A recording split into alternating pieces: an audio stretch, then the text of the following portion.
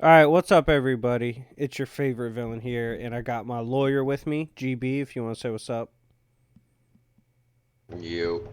So, today we're going to be discussing a topic that I find to be interesting because for years I've kind of disagreed with the main consensus on the movie.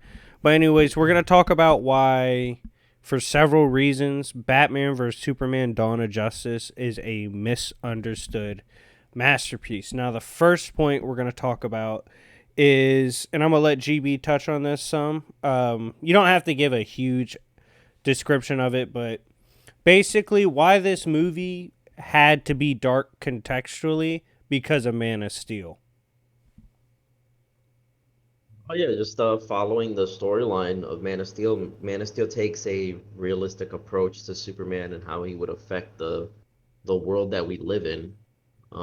And Batman versus Superman is showing the effects of what Man of Steel ultimately ended off on.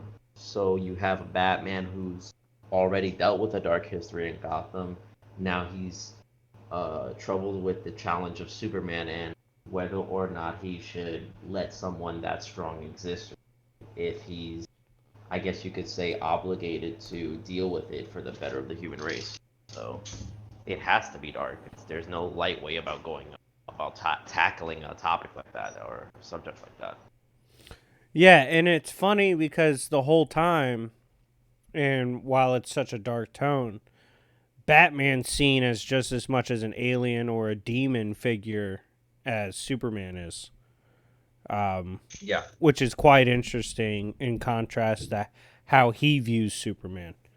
Um, I agree with that. I mean, I just think it would have been really weird to go in a different emotional direction after Man of Steel, and I thought Man of Steel was really good. That could get its own video by itself, but it really put things in perspective for imagine being Batman, who, from what we can tell, seems to have beaten all the major bad guys in his life. Like he took out all the heavy hitters. Hmm. Um, we see him all of a sudden faced with like an obstacle that just has no W.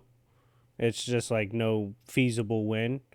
And just the mental torture of that and how, it leads him to do some things that are dark, which we'll talk about the darker aspects of his character later. But yeah, overall, I mean, I just think they had to do this tone like this for it to make sense. Like you can't go from a swamp to like a field with butterflies. Like if you were to put Man of Steel in the DVD player and then take out Batman vs Superman and put it in, you would want it to be consistent. You want to feel like you left off where you just were, and so in order to do that, you need the tone to flow.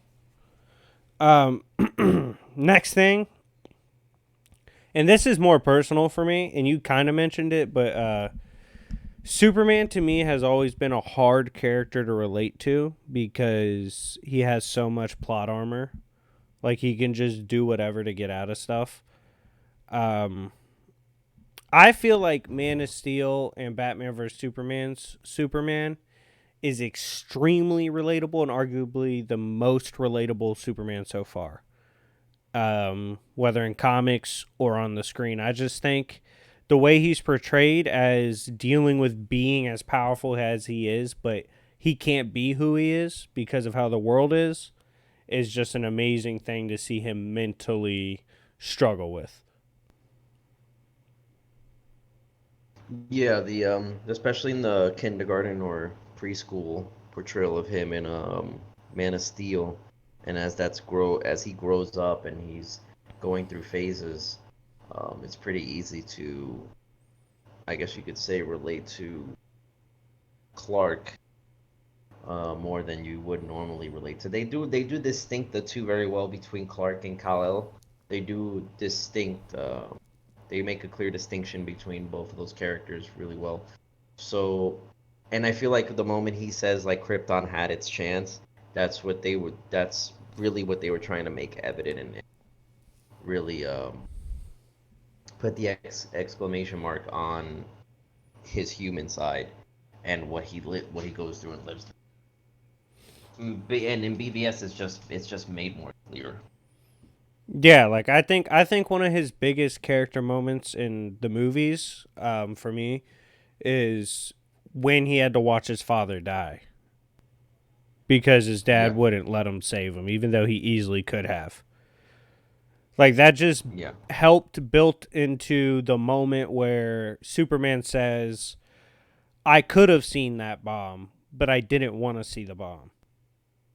Which is, I yeah, feel like that went over a lot of people's heads. I feel like they didn't appreciate that line, um, for what it really meant, like how he really meant what he said. yeah. Like it was, and that like honestly, like we'll get into it later, but that starts off the good like the villain that is Lex in the series. Like that starts off with like him taking advantage of what he knows Superman is at his core. So it really sets up the foundation of what a good villain is too, and that and Superman just like the movie itself is a good example of you can't have a good hero without a good villain, and Superman starts this new meta, I guess you could say, with you can't have a good villain without a good hero. Because of what Superman is in Man of Steel and what he is in Batman v Superman, it allows Lex to flourish as a villain even more. So, yeah. I also definitely think Batman played an amazing almost villain role in this movie. Um, his tone in the way I received him was almost like MCU Thanos, where yeah, he's like a villain or he should be portrayed as a villain, but you want to root for the guy. Like just his raw willpower like showed through the screen and you're like I want to see Batman get the chance to fight Superman. So Yeah. I really appreciated that. So moving on, this is something not many people talk about or give credit to, but is Batman's physicality in the movie. This is the first time I've seen live Batman, and I believed he was physically Batman. What do you think? Yeah, just it like the suit helps a lot. The suit looks, I guess you could say, maybe it has a bit of realism to it, but it also looks menacing. Like Ben Affleck in the suit looks menacing. He looks like a tough dude. Whereas other portrayals, just Batman always looked kind of scrawny. Like he just looked like some dork in a suit, like pulling up on you doing like karate stuff. Like it never looked like actual legit, like actually legit. This Batman, like the choreography, the fight scenes, um, the hits, the sound, like everything that was going on in these combat scenes and these action scenes, um, like when he straps that vehicle to the Batmobile and then just like hits that ramp and like the vehicle just slams onto another vehicle and explodes. Like you could just tell this is like a whole new Batman.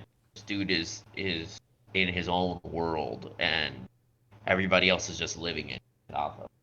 And like it adds a layer that hasn't been there to Batman yet. A layer of fear, a layer of actual like you can understand why the villains fear him.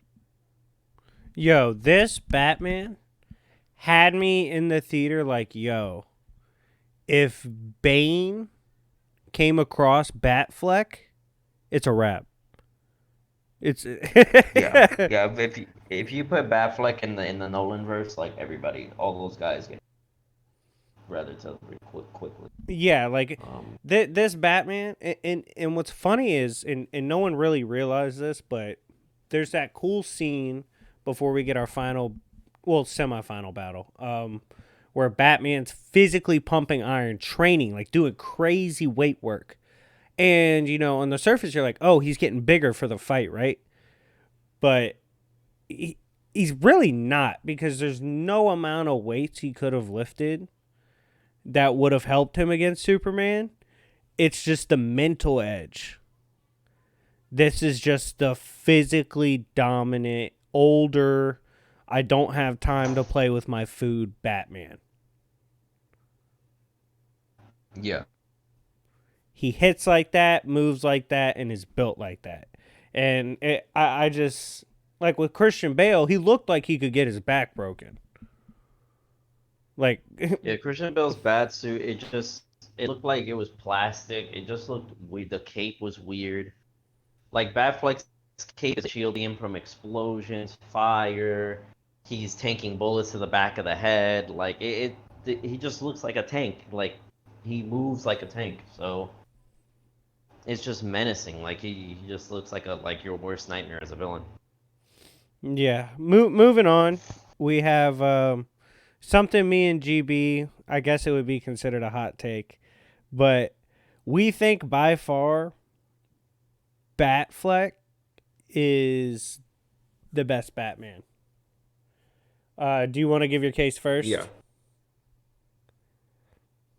I mean, like we could just it's really just follow up after what we just said. Like Batman in terms of like physicality, in terms of portrayal, in terms of how he handles things, um, the way he looks at Gotham And and like Ben Gotham Affleck then like looks expanding like to the Bruce world. Wayne. Ben Affleck really looks like Bruce Wayne too. Yeah, it with the cowl he looks like Batman and without it he looks like Bruce. Um, he just fits both roles well, and it's one of those things where you're looking at the character and you see like Christian Bale, you see his Batman, and like I don't remember how many times he quit being Batman in that series of films. Like I think he leaves Gotham like at least twice, two or three times maybe. Batman would never leave Gotham as like a turn like a way of retirement because Gotham always needs Batman. Um, and that's the grim reality that sets in for Batman is that Gotham needs Batman so much in BVS that Batman ends up needing Gotham just as much, and that's where Superman comes in contact with the characters that there's barriers being broken down that Batman has set in place, and he doesn't like them. So it really just sets the tone for what Batman at his core of a fictional character has always been and is represented as.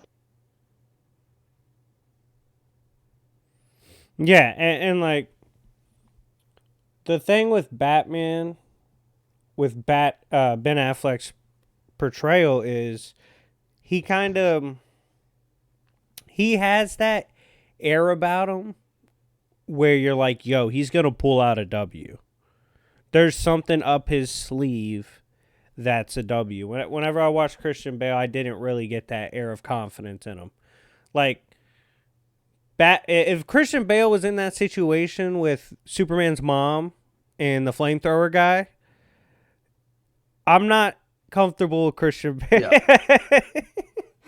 But like Ben Affleck, I know, yeah, Dude, he'll get it done. you know what's crazy? Like Ben Affleck already knew by looking at Clark Kent that he like you could tell that he knew Clark Kent was weird. Like you could tell that he was like, yo, that this guy might be Superman. Because like the way they start beefing at that what is that banquet that Lex was holding, the way they just started arguing randomly. And not only that, right?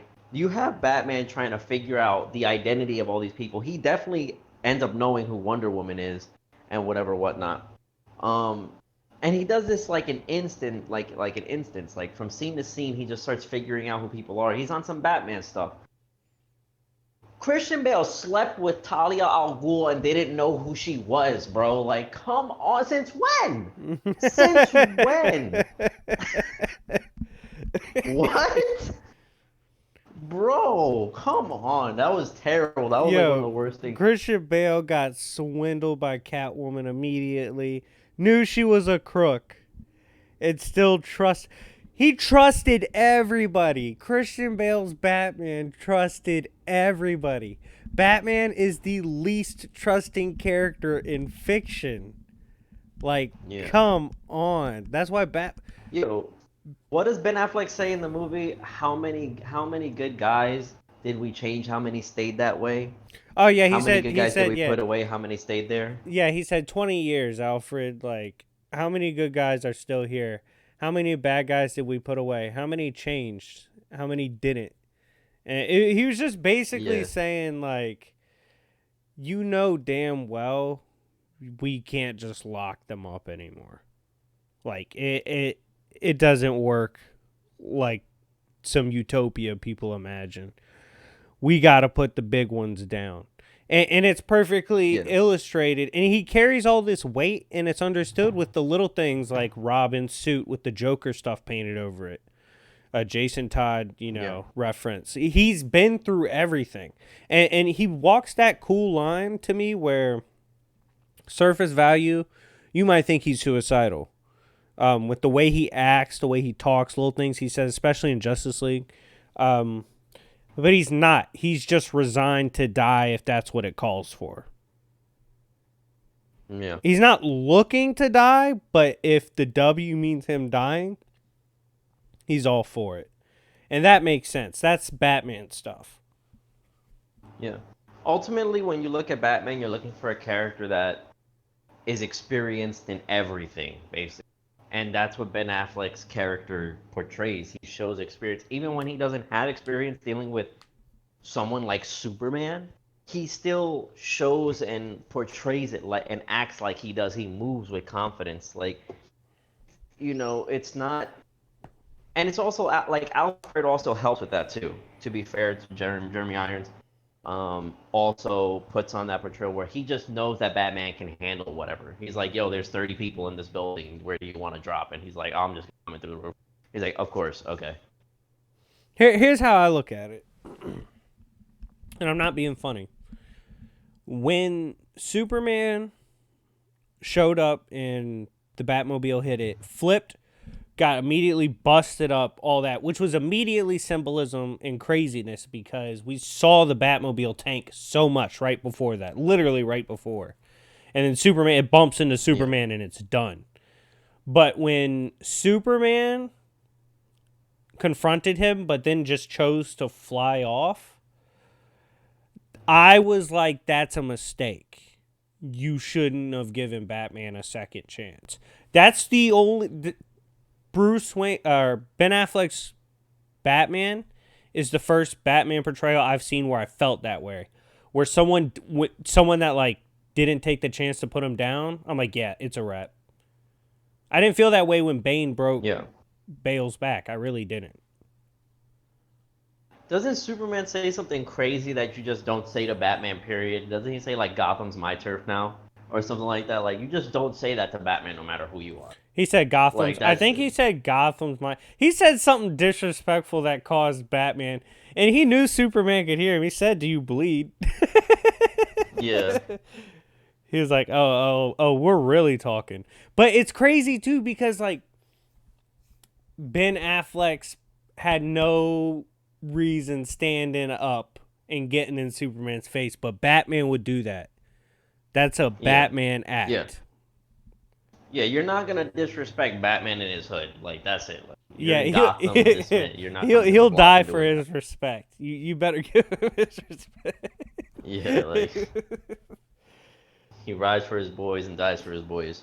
Yeah, and people don't understand how crazy that is. He's looking at a guy who just totaled his whip that tanks everything. And he acted like that didn't just happen. That's crazy. No, like earlier in the movie, they literally showed Ben Affleck watching Superman fall from space with satellites and stuff. Like when the satellite came down on Metropolis and they hit the city. Like Ben Affleck was watching that happen, and he was like, "Yo, what? Like, what's happening? Like, what's going on?" And the same dude appears on his Batmobile, and he just gets in the dude's face. Like, that's crazy. That's just Batman stuff. Like, you don't do that unless you're Batman. It's a terrible decision, and it's a great decision if you're Batman. It's part like it's Flash has touched on like the bad writing of Batman before, but the bad writing is what makes Batman Batman.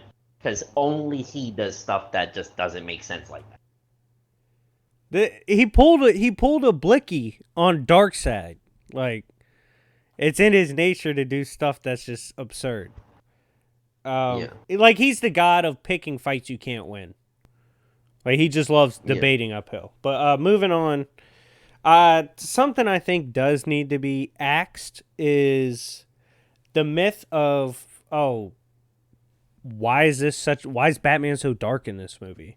Like, what's he supposed to be? What's his costume Yeah. stand for? What's his costume symbolized by? How does he move? When does he usually strike? Like, why would this be a happy-go-lucky movie? That's so weird. The crazy thing is this, right? So Batman's obviously in comics has killed people before, right? The crazy thing is this. That has been for most of comics, that has been the only boundary for Batman. Batman has cut people's fingers off, has stabbed through their hands, has put batarangs through into their chest, burned people, thrown people through buildings, stuff that like you don't know if the person's gonna survive it really. Like anything can go wrong in those instances. And then he interrogates them after he beats them half to death. Because as long as he doesn't kill them, right? And then like people see that in this movie, he's just ending these dudes, he and it's like, oh, it's morally wrong. Like Batman's morally wrong across the board. Like there's nothing morally right. he's definitely de-doxing everybody. Um, Yeah. but like, it's so stupid. Like when I look at Batman, he's supposed to be grim because he's supposed to scare the criminals. Like it's so He's supposed to scare the people that scare you. yeah. He's supposed to be levels above what we are, and Batfleck really does come across that way to his credit. Um, no, I just really don't get why they thought he was supposed to be nice. Like the killing stuff, I want people to remember that Christian Bale's Batman broke the breathing thing, the breathing apparatus on Bane, and he was clearly dying, like choking out and dying by the way he was moving, and Batman was watching him die, just standing there watching him die. He was gonna let him die, like he killed him, like dude. Like Yeah. especially an older Batman's gonna understand, and it makes sense with someone as intelligent as him. Certain people have to be put down. Then that's comes with experience. Another good touch on in the movie is like how much of a like I don't know if we were gonna get into this, but just to touch upon it is the myth that's Batman in Gotham. Like when the news is going over the events of Doomsday and they spot the Batman, like they refer to him as the Batman. Like, oh, the Batman's like come out of like hiding or whatever, like he's back or something. Stuff like that where Batman is like a myth or something like that. It's dope. It's dope because it adds to the aura of like what Batman is, the like lore of what Batman is. So you don't really get that because like the little kids that saw Christian Bale's Batman flying off with the Batmobile, like they weren't shocked that it was Batman. They were like, oh, it's cool. Like what is he, Spider-Man now? You just see him every day? Like like what? Okay, Yeah. just weird. Yeah. Moving on. And I think this is a good point because people argue about this. Batman was valid in his views. So a lot of people argue it doesn't make sense why Batman was so aggressive towards Superman. Like Batman wouldn't just like rush in. A couple things. One, Batman didn't rush in. He did the opposite. He did all he could to figure out ways to approach it. A couple times his hands were forced, but it definitely wasn't what he wanted. Um, like until he was fully prepped, he didn't set up the meet. But when I look at the validity of it, of course, like he saved the little girl from the collapsing building, looks up and sees two aliens fighting around a machine literally built to destroy the Earth. Yeah. And he's supposed to be cool with that? Like literally, from Bruce Wayne's perspective, right? From Batman's perspective, he woke up that morning, went to a business meeting, and in the time that the business meeting happened, from the time that he woke up and everything just went to absolute madness, literally aliens are colonizing Earth from 0 to 100. There's no like preparation for alien invasion. No, no, no. Alien. It went from 0 to 100. Aliens invaded Earth and started colonizing and terraforming the planet from the moment he woke up to like the moment he went to work. All because Superman arrived. Like that's it. That's the only reason that they're there is because of Superman. Look at it this way, because I need to remind everybody of this. Literally, literally, I'm not exaggerating. Batman didn't think Superman was human. Like he wasn't attaching the same moral value to Superman. He literally viewed him as a monster, like such a foreign concept that it doesn't have any like good or bad attached to it. You just get rid of it. So to him, with him thinking like he's a literal animal, it's like there is a really big hornet's nest outside of your house. Do you wait to go outside and eventually get stung, or do you go kill it when you get the hornet spray? You know, that's how Batman viewed it. Yeah. Like, Yeah, like it's one of those things where people understand that like, and I guess like arguing morals is like pointless because it's like all subjective, like from person to person. Um, but the point is that like it's what he's familiarized with his whole life, which is like the human race and the advancement of the human race and protecting people and protecting innocent.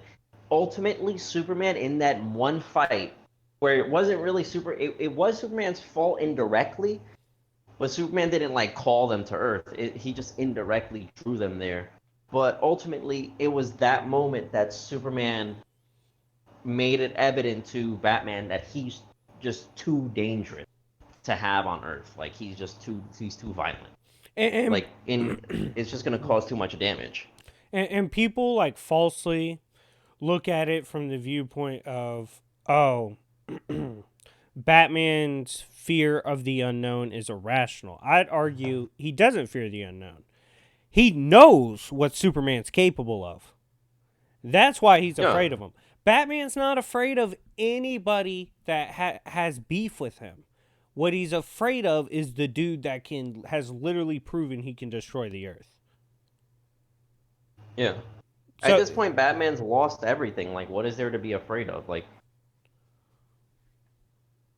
he literally saw Superman get manhandled by Doomsday and then attack Doomsday afterwards because Superman wasn't around. yo, He's definitely not afraid. Bat Batman saw a machine destroying Earth and those two fighting and ran towards them. Yeah. Like, dude, he's crazy. But anyways, final point of this masterpiece that we're discussing. Underrated Lex Luthor. He received a lot of hate for his portrayal. I feel it was unjust. What do you think? Um, it wasn't like if you grew up on the cartoons, it wasn't the Lex you're accustomed to because for some reason in the I mean the to be fair, let me just say this: the cartoon's portrayal of Lex it was ridiculous. He was just as big as Superman physically. He was disrespecting Super like crazy. Like this, you're talking about somebody who's lifting stars, pushing planets, and for some reason Lex is as big as this dude when all Lex does is run for president. Like that's crazy. That's like Donald Trump being as big as Brock Lesnar. Like that's crazy. So like you can't match him up to like that Lex. That but in fairness, if you grew up on that Lex and you get the shell shock of I forgot the actor's name who played Lex Kevin Luthor. Spacey? No, Are you no, no, talking not about Kevin Spacey. which are you talking about in the new The one? but yeah, yeah, BBS. Eisenberg. I'm talking about yeah, Eisenberg. Yeah, yeah, Jesse. Jesse Eisenberg. Yeah, Jesse Eisenberg. Yeah. So Jesse Eisenberg, if you go from the cartoon to that, it's a shell shock. It really is. It's like a culture shock thing. But like ultimately, his intelligence level was there, his villain level was there, his understanding of how to play the cards, because ultimately throughout the whole movie he's playing cards. He's just playing he's just playing roles against Batman and Superman and pivoting them and pitting them against each other. He does that well. And when he captures Lois Lane and he literally tells her the quickest way from point A to point B is you, and then he pushes her off the cliff and then or the building, and Superman comes and then he has Martha captured. Like this is all like next level villain stuff, right? This is the stuff you see in the cartoons. This is stuff you see in the comics. He's doing this on screen. It's just that Jesse Eisenberg was just a little too small, and he's kind of dorky. So like when you think Lex, you think somebody standing up to Superman, toughness, right? Like Batman, but he's not like that. So I liked it. I liked it. I thought he did a good job. He did what a villain was supposed to do. Yeah, in his case, the reason I don't have a problem with him is he never once like really got out of pocket. Like he knew who he was from the jump. He was quirky, weird. Even with Batman in the room, arguably the smartest guy in the room still. And he has it's literally made evidence from the jump when we meet him that he has anger issues. Like he's psychologically messed up. And this was made obvious by his speech he gave. So when we see all this and we see like, and you know, toughness is, especially in a movie, equated to physical appearance. We saw him like dictate everything from the jump, like unwavering, not Yeah. afraid of anyone. You thugging senators, all that. You disrespected him. You literally died. Um, and he just he was Always on mafia moves. yeah, and he was one step ahead of everyone to the point where he's literally controlling Batman. Real Which G's move in silence like lasagna. yeah, which is and you know what's also cool is we never really see Batman and Lex Luthor in a confrontation, especially on screen. And we got to see that at the Hmm. end of Dawn of Justice. And he still wasn't scared. Yeah, he was talking about a god's coming.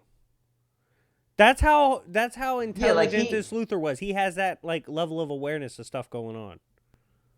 yeah, he was on some like net like this Luther was really honestly on some next level stuff. Like he was on some next level stuff. He was on some dark sides coming. We got to prepare for dark side. Like I don't know. Like the symbolism is crazy, dude. The symbolism in this movie is crazy, and Lex Luthor understood the symbolism more than some of the fans watching the movie did, which is kind of crazy because as a viewer, you're supposed to catch things more than the characters in the story are, because you're supposed to have a grander view of the plot of the story. A lot of people didn't understand the Martha reference, how it made Superman appear more human than Batman, which is what he realizes ultimately, and it kind of like stops Batman. A lot of people didn't understand the Sword in the Stone reference at the killing of Batman's parents coming out of the theater. A lot of people didn't understand the Jesus reference when Superman was being carried down in his red robe. Like a lot of these references went over people's heads, and if you're missing the references, you're not watching the movie closely, you're not going to enjoy it. You're just not. And the movie has a lot of nooks and crannies for you to enjoy as a viewer, and a lot of people just well, to be fair, Splash, I actually just thought about this, right? This was the combination of two very toxic fan bases coming together at once. Superman fans and Batman fans have been very toxic throughout like history. And us Batman boys won the day. Yeah, like ultimately, um, this was more of like Superman fans versus Batman fans. So like any aspect of the movie that was good for Superman is gonna get crapped on, and any aspect of the movie that was good for Batman is gonna get crapped on by the Superman fans. And then you have the Marvel fanboys that are just hating everything DC. So understandable why this movie got so much hate. But if you're listening to this now and you want to watch the movie, you haven't watched the movie yet, you should. And just watch it with an open mind and pay attention to the footnotes because they're there and it's great. It's Best a great movie. introduction of Wonder Woman I've ever seen. Um, Yeah, exactly. She gets right to business, like right to business. like drops right in, and she's about it. Um, it's just it's a very good movie. And last thing about Luther, I don't think people appreciate is the dude literally dictated the whole movie. What else could a villain Yeah, do? Like he controlled it from the jump because the fight. This is amazing. The clear good guy versus bad guy battle is Batman versus Superman. It's on the cover, but Luther's the mm, bad guy. That's crazy. Like people celebrate Civil War, the movie, because of like Zemo was the same thing, except Luther was more in your face. yeah. And he still held the thing about his fictional character. He's doing all of this to open people's eyes to the idea that there are guys in costumes on Earth running around thinking they're heroes, and there's crazy people like the aliens. There's crazy aliens running around thinking they're, gods and stuff. And he needs to open people's eyes to the dangers of this so that he can unleash his like self-defense program for Earth, like his defense program for Earth. So ultimately, while physically he doesn't look like it, he's still Lex characteristically. So I was fine with his portrayal. I liked it. I wouldn't mind if he returned. I mean, like honestly, if you want somebody who just physically looks like Lex from the cartoons, you got to hire The Rock. Like that's just Yeah. No tech at all, just base. yeah. Throwing Just hands with Mark. forget the power suit. Like this dude's just gonna people's elbow By Superman the off right. way, if we get The Rock, Black Adam versus Henry Cavill's Superman in a fight, Yeah, whoa, that would look yeah. clean. So we're supposed. That's what we're supposed to be getting. Um, and yeah, but there's gonna be big announcements 8 days from now. DC fandom's coming up. There's gonna be a big announcement. The Rock's gonna be there. So we'll see what comes of that ultimately. Gotta keep an eye out for that. Yeah, but anyways, guys, thank you for watching. If you like these kind of videos, let me know. If you want to see other breakdowns of either stories or movies, let me know as well. Thank you, GB, for coming on. Um, Yeah. and it's been your favorite villain. Check out my memberships, subscribe to my Twitch, and I'll see y'all later. Peace.